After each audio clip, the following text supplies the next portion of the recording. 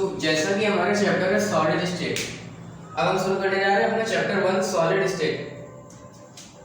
जैसा कि हमारा चैप्टर है सॉलिड स्टेट, तो हम उसमें ये डिस्कस कर लेते हैं कि सॉलिड लिक्विड गैस में डिफरेंस क्या होता है। कई लोगों को डिफरेंस भी नहीं पता होता है, तो हम जरा डिफरेंस एक बार, हालांकि पढ़ा हुआ है हम लोगों का, लेकिन फिर भी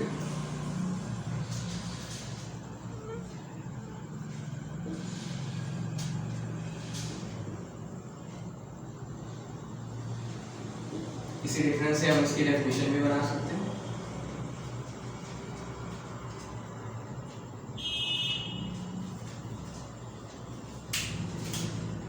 जैसे फर्स्ट पॉइंट तो यही आता है, सॉलिड में इंटरस्टिशियल वॉइड या intermolecular space, intermolecular space is minimum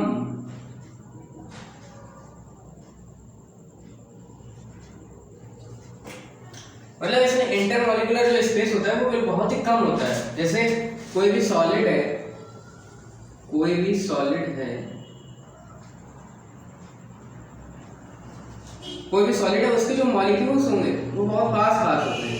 उसमें जो मॉलिक्यूल्स होते हैं वो बहुत पास पास होते हैं, उनके बीच की जो जगह होती है उसी को हम लोग क्या कहते हैं, इंटरमॉलिक्यूलर स्पेस। इनके बीच की जो डिस्टेंस होती है उनको कहते हैं इंटरमॉलिक्यूलर डिस्टेंस।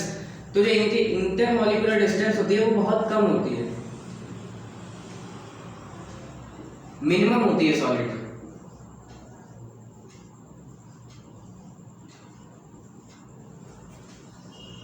अब जैसे इसमें देखा तो इसमें जो इंटरमॉलिक्यूलर डिस्टेंस होती है लिक्विड में, इंटरमॉलिक्यूलर डिस्टेंस कह लो या इंटरमॉलिक्यूलर स्पेस कह लो,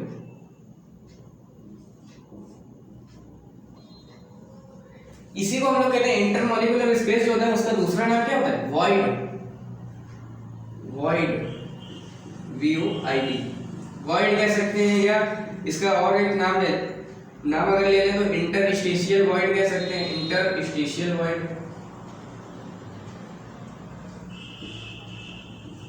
इंटरस्टिशियल वॉइड कह सकते हैं। तो जो इसमें इंटरमॉलिक्यूलर स्पेस या वॉइड कह लें या फिर इंटरस्टिशियल वॉइड कह लें, जो भी होता है, उनके बीच की जो स्पेस होती है वो सॉलिड से ज्यादा होती है लेकिन गैस से कम होती है। तो मतलब ग्रेटर देन सॉलिड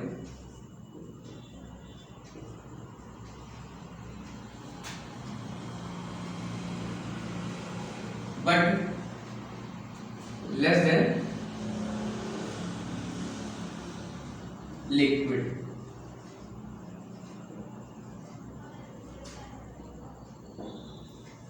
अब हम गैस से बात करते हैं। गैस में हमें पता है सारे पार्टिकल्स जो होते हैं एक तरफ मूव कर रहे होते हैं, हर डायरेक्शन में मूव कर रहे होते हैं। गैस में जो इंटरस्टिशियल वॉइड होता है या इंटरमॉलिक्यूलर स्पेस होता है या जो भी कह लें इंटर वॉइड कह लें, तो वॉइड जो होता है इंटरस्टिशियल स्पेस लिख देते हैं।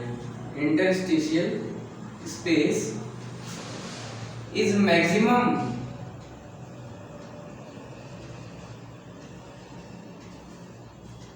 इसमें मिनिमम था, इसमें ग्रेटर देन सॉलिड था बट लेस देन लिक्विड, और इसमें मैक्सिमम होता है। मतलब इसके जो पार्टिकल्स होते हैं,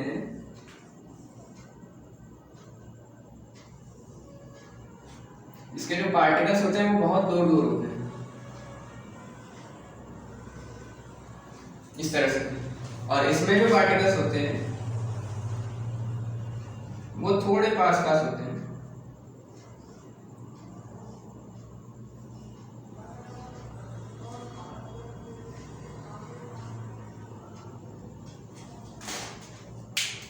अब हम दूसरा पॉइंट देखते हैं।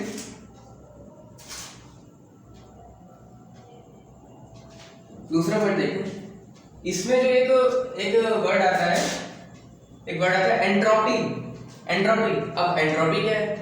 एंट्रोपी वो है, एंट्रोपी का मतलब होता है डिस्टरबेंस। एंट्रोपी का मतलब होता है डिस्टरबेंस, एंट्रोपी। ENTROPY। ENTROPY।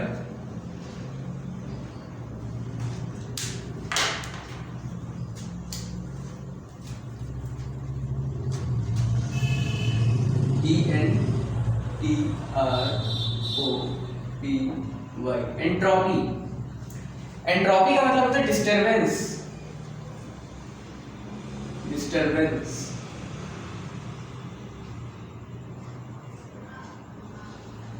या कह लें हलचल हिंदी में।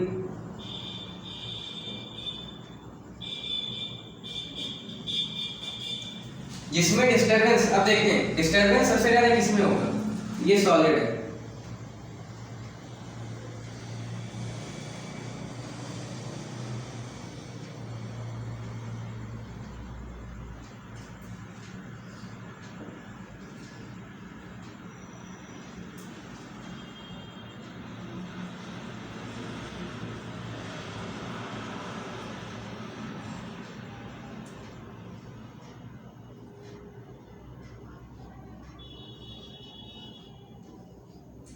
ये लिक्विड है और ये गैस है।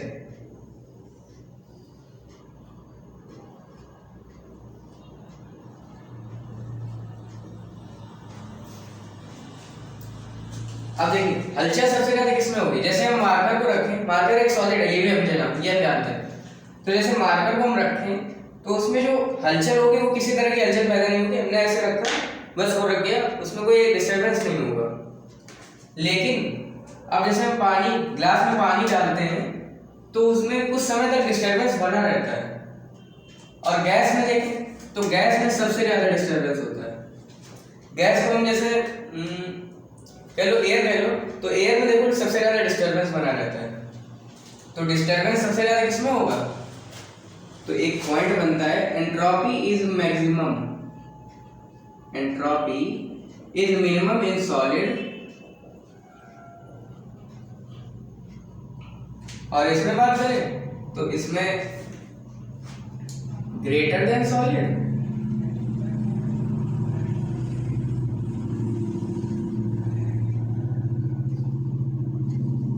बट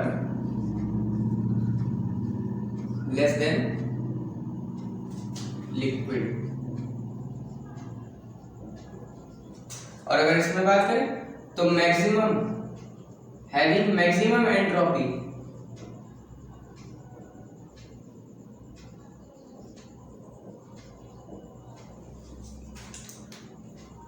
तो ये तो इतना हो गया। जैसे हम कुछ और पॉइंट्स की बात करते हैं।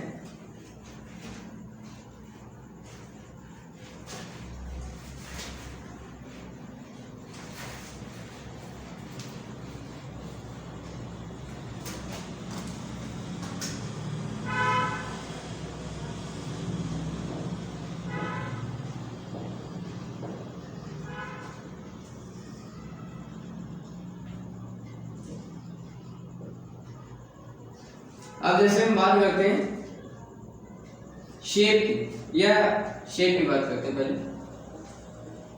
तो सॉलिड का शेप होता है वो डेफिनेट रहता है। सॉलिड का शेप क्या रहता है, डेफिनेट रहता है।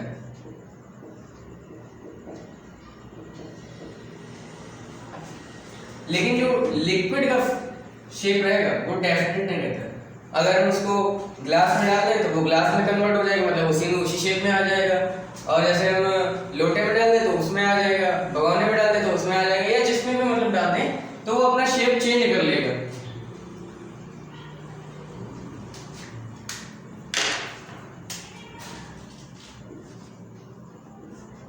Shape is indefinite.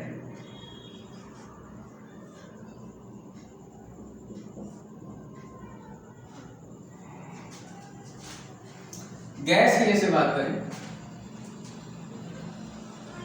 तो गैस में भी शेप इंडेफिनिट रहेगा।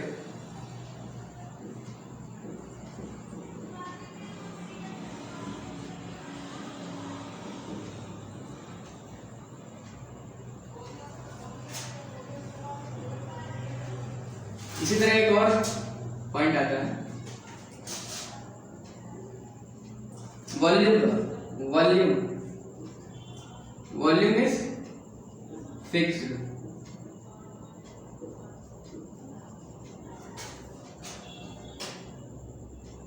इसका भी वॉल्यूम फिक्स रहता है। अब जैसे हम लिक्विड है, 1 लीटर लिक्विड है, उसको हम अगर किसी दूसरे फ्लास्क में या बर्तन में कर लेंगे तो क्या वो 2 लीटर थोड़ी निकल जाएगा, उसका कोई वो वॉल्यूम तो बदलेगा नहीं, वही रहेगा जो उसका वॉल्यूम होगा। Volume is fixed. लेकिन इसका वॉल्यूम बदल सकता है।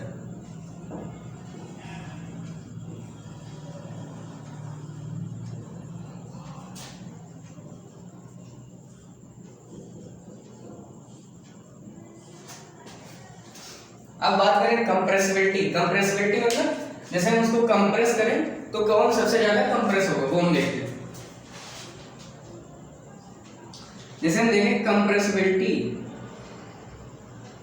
तो जो कंप्रेसिबिलिटी होती है वो इसमें मिनिमम होती है, बहुत ही कम होती है। बिल्कुल हम अगर हम जैसे इस मार्कर को दबाएं तो ये कितना दबेगा, और जब बहुत ज्यादा दबाएंगे तो थोड़ा सा दब पाएगा, लेकिन उसमें कोई कंप्रेसिबिलिटी बिल्कुल होती ही नहीं है, ना के बराबर होती है। मिनिमम कंप्रेसिबिलिटी या कहें negligible compressibility,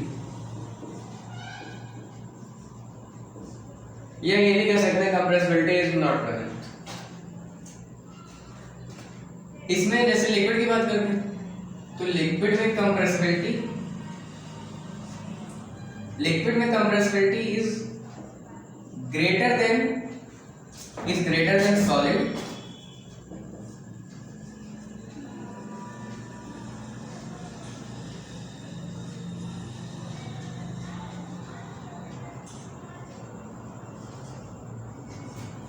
but less than liquid, वो less than गैस। अब जैसे गैस की बात करते हैं तो गैस में सबसे ज्यादा कंप्रेसिबिलिटी होती है, कंप्रेसिबिलिटी इज मैक्सिमम।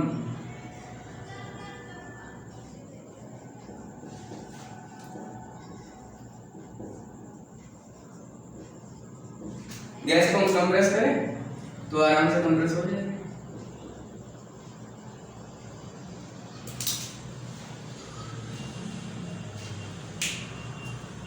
तो ये कुछ पॉइंट्स हो गए।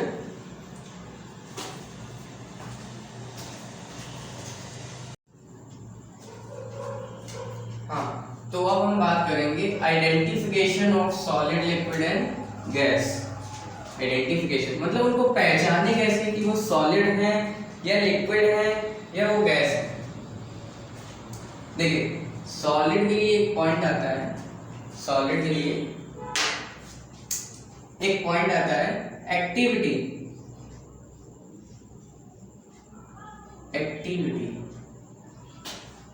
और लिक्विड के लिए एक पॉइंट आता है कंसंट्रेशन।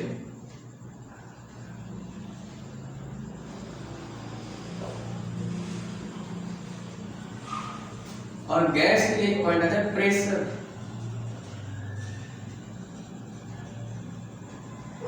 अगर जैसे कहीं जिक्र कर दिया जाए कि कंसंट्रेशन ऑफ एनी आयन, तो हम उसमें जान लेंगे कि वो लिक्विड है। यहाँ पे एक्टिविटी की बात कर दी है तो वो सॉलिड होगा, और प्रेशर की अगर बात कर दी जाए तो वो गैस होगा 100%। अब एक जैसे एक फंडा देखते हैं, एक फंडा पहचानने का कि वो सॉलिड है या वो लिक्विड है या वो गैस है। लेकिन आपको बता दें फ्रेंड्स कि ये जो फंडा है वो केवल हाइड्रोकार्बन पे ही फॉलो होगा। हाइड्रोकार्बन पे, किस पे? हाइड्रोकार्बन पे। अब आप बोलेंगे कि हाइड्रोकार्बन क्या होता है? हाइड्रोकार्बन जहां पे कार्बन हाइड्रोजन से अटैच हो उसी को हाइड्रोकार्बन बोलेंगे। समझ? देखिए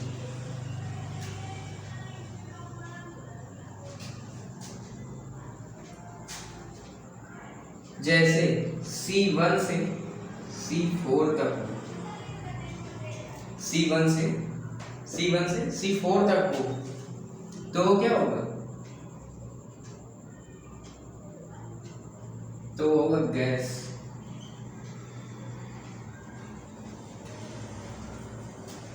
और अगर इसमें C5 से C16 तक हो तो वो होगा लिक्विड।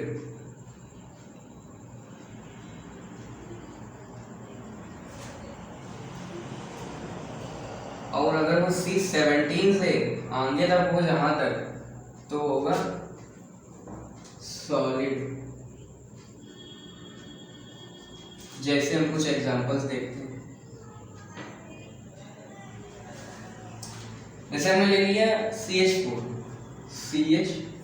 मेथेन CH4, तो इसमें नंबर ऑफ कार्बन कितने प्रेजेंट है? ओनली 1। मतलब C1 से अगर 4 तक होंगे, नंबर ऑफ कार्बन 1 से 4 तक लेके होंगे तो फिर उन्हें गैस में कंसीडर करेंगे, और नंबर ऑफ कार्बन 5 से 16 होंगे तो उन्हें लिक्विड में, और नंबर ऑफ कार्बन 17 से ऊपर होंगे तो उन्हें सॉलिड में। तो जैसे इसमें ये, तो इसमें C नंबर ऑफ कार्बन कितने? 1, तो इसको हम किसमें कंसीडर करेंगे? इसको हम कंसीडर करेंगे गैस में। ये हो गया गैस। जैसे हम बात करते हैं बेंजीन की, बेंजीन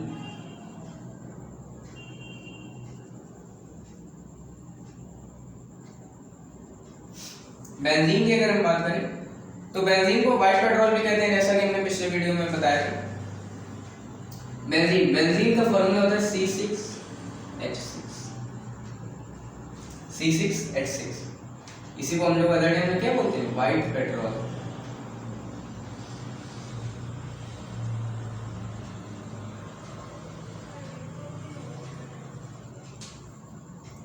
अब देखिए इसमें नंबर ऑफ कार्बन्स कितने हैं? 6, मतलब कि क्या हुआ? लिक्विड।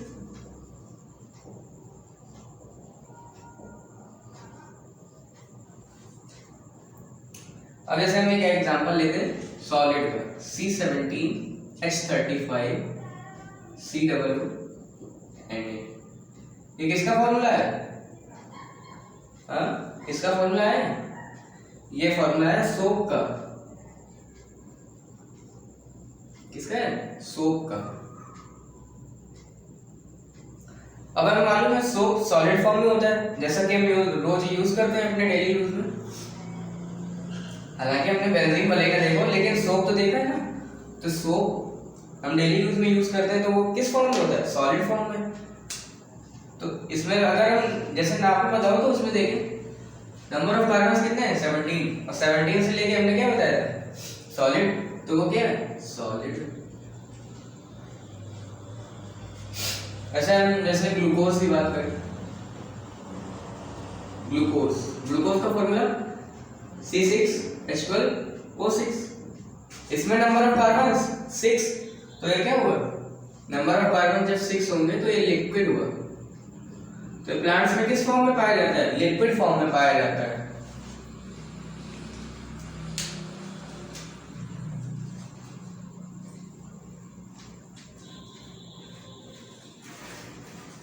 ये तो हो गए आइडेंटिफिकेशन।